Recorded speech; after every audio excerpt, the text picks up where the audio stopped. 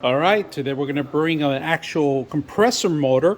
We're going to replace our existing one, and before you do that, make sure you are familiar with replacing the old one. So we're going to go ahead and set it up, and we're going to test it out and see how this motor works. So if you're in the market and your compressor, burned its motor out, this is a perfect replacement.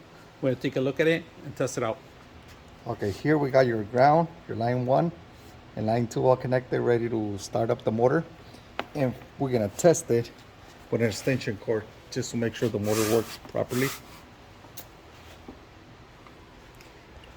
And if you don't know where to put the lines, it comes with instructions showing you where the ground, the line 1 and the line 2 goes. Really easy.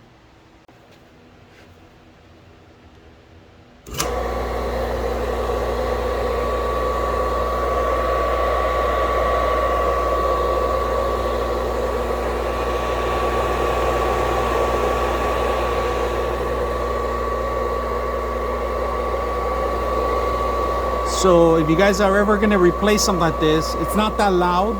It's very quiet. It's actually a lot quieter. If you're going to replace your compressor motor, this is a perfect way. All right. If you guys notice, it's very quiet. It's an induction motor. There's no gears. So if you guys notice, it's not even jumping, and it's on a flat bed right now, and the motor is running at full speed.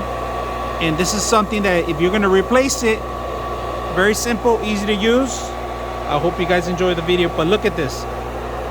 It's not moving. Is that safe? It's not jumping around.